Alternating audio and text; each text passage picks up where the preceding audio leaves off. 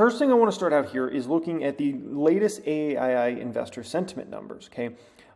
Numbers are, once again, very bullish again, okay? We have obviously flipped this market from the market being overwhelmingly pessimistic and bearish on the market, which is, where we certainly were 6 months ago, and now we've gotten to the point where the market's very, very, very bullish. And so bullish that now at this point in time, folks, we're well above historical averages for how bullish the market actually is right now, right? You look at the last 3 weeks, 44.5%, 45.2%, and nearly 43% of investors are bullish on the next 6 months in the market. The historical average is 37.5%, right? But not only that, and this matters just as significantly, is the market is moving far less bearish now. Look at the last 3 weeks. Only 24% of investors bearish on the market in the next 6 months. 22% in the latest week, 27.8% of investors are bearish on the market the next 6 months, which means the bears are giving up now at this point in time. They're calling it quits. They're throwing in the towel, right? The historical average is 31% of investors are basically bearish on the market the next 6 months. So that's what we have going on at this market. Now, the reason this matters so significantly is when you think about going into this year, right? The Wall Streeters were basically in consensus saying don't buy the stock market in the fourth quarter of 2022, which is why the market just went down and down and down, right? They're also saying don't buy it in Q1. It's going to be a bad first half of 2023. That's what they were saying time and time again. And, this is one of the reasons I love having the reaction channel, right? Because I react to a ton of these Wall Streeters all the time, giving their opinions and perspectives. And there was overwhelming consensus. Don't buy. And things are going to get a lot worse for stocks. You're going to get a lot better deals. They were saying don't buy Meta under 100, don't buy Tesla at 100, don't buy Nvidia at 100, because you know what? You're going to get it far cheaper than that. There was 100% wrong. And one of the most wrong things, you could see Wall Streeters in consensus, one of the biggest mistakes they've made in a long time, right? But they were all saying buy stocks in the second half of 2023, right? Bad first half of the year, strong second half of this year. This was a consensus out there. And we've had completely the opposite, where the first half stocks are doing tremendous, a lot of money being made, and I hope you guys have made a lot of money this first half of the year, right? Which the first half of the year is about to close. We got about 1 week left in the first half of this year, right? And now we got a real interesting situation where we're going to go into the second half of the year when everybody was saying the stock market was going to be strong, but the only difference is we just came off an incredibly strong first half this year. So now you start to run in this pickle where it's like, are we really going to have a strong second half of the year, right?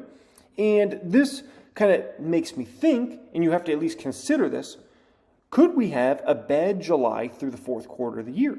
Could we actually have a bad back half of the year where worries get amped up in a significant way, where you have some major profit taking off of this, kind of bull run we've had here, and you have maybe a major sell-off in the market, right? And it's something you have to consider, because you kind of always have to think in the kind of opposite of the market's thinking. And now all of a sudden the market's moving all bullish and getting way less bearish, and you kind of have to think like maybe there's some risk on that bearish side, in that bearish perspective, right? Now, few opportunities I see in the market, or just few things I want to, keep your eye on. We can call them some stocks to watch. Maybe some would call them stocks to buy. It depends, okay? But a few things I'm keeping my eye on that I see as opportunities out there in the market, which there's definitely some opportunities I see out there, okay? So just one thing I want to keep an eye on. I'm not really looking at Carnival as a stock I really want to buy, but I am going to keep an eye on it because they're reporting earnings on Monday.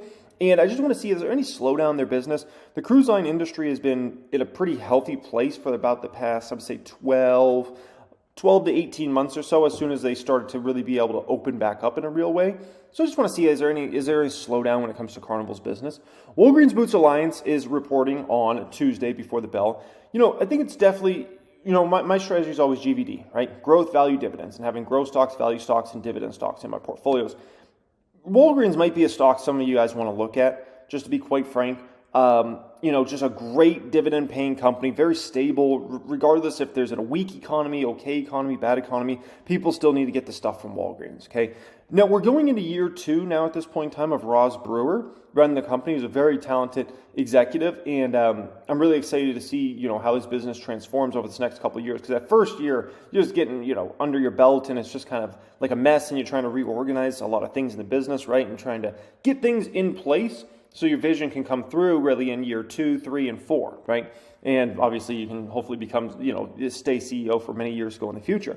But it's interesting because analysts have them growing about 5% revenues in this current quarter, which is pretty strong growth for Walgreens. That's for Walgreens, we'll take 5% growth.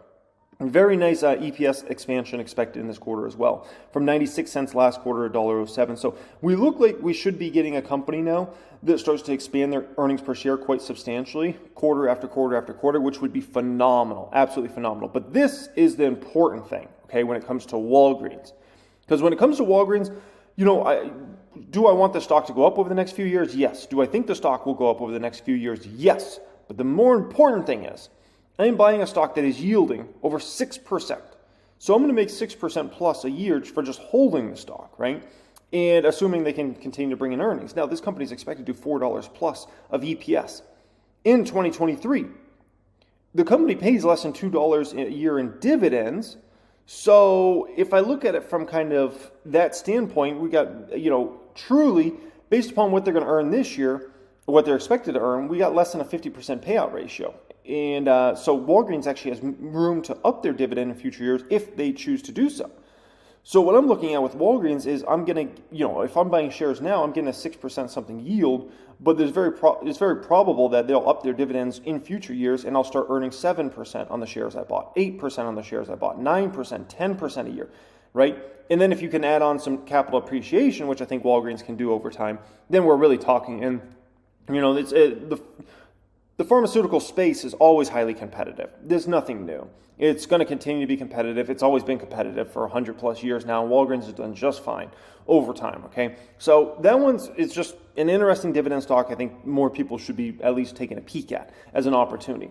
Remember, if you are in, companies that you love for the next 3 years, 5 years, 7 years, remember you're at an early stage of a very long road. Okay. Where are you at on the road? I don't know. You might be at the green line with that stock or the blue line or the red line or something like that, okay?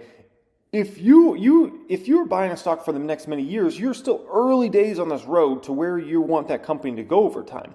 And if the fundamentals keep getting better, the company's probably going to continue to launch more and more better products and services over time, right? That's what great companies do. That's what high quality companies do over time, okay? That really keep their pedal to the metal. And so I want to caution people from always being in this mindset of trying to take profits once they make a little money. Because we know certainly this year, it's been one of those years people made a little money at the beginning of the year when we kind of had that market go up, right? I mean, we had that initial kind of January into February time where the market just kind of beasted. And a lot of people just took that as, time to take profits. And then they missed out on another extraordinary move we've had over the past couple months, right? And, don't get too caught up in the short-term mentality. It's not healthy. It's not a good place. It's not where you want to be in this market overall as a long-term investor. It's a long road for these companies. Let them do their thing over years. Yeah, you're going to have some bumps in the road. You're going to have some ups and downs. That's part of being an investor of a great company. That's just the way it is. And that's the way it is for anything. You want to be a great athlete, you're going to have ups and downs. There's no perfect road. You want to have a relationship with somebody. There's no, it's not like the road's always perfect. It's going to be ups and downs in that road, man. And same thing is with long-term investments. You're going to have to go through some ups and downs. As somebody that's been an investor at Tesla for many years, we've had to go through some ups and downs, man. Some days it looked really dark, and some days that it's looked very, very bright, right? And so keep that in mind, folks. You got to go through the ups and downs, okay?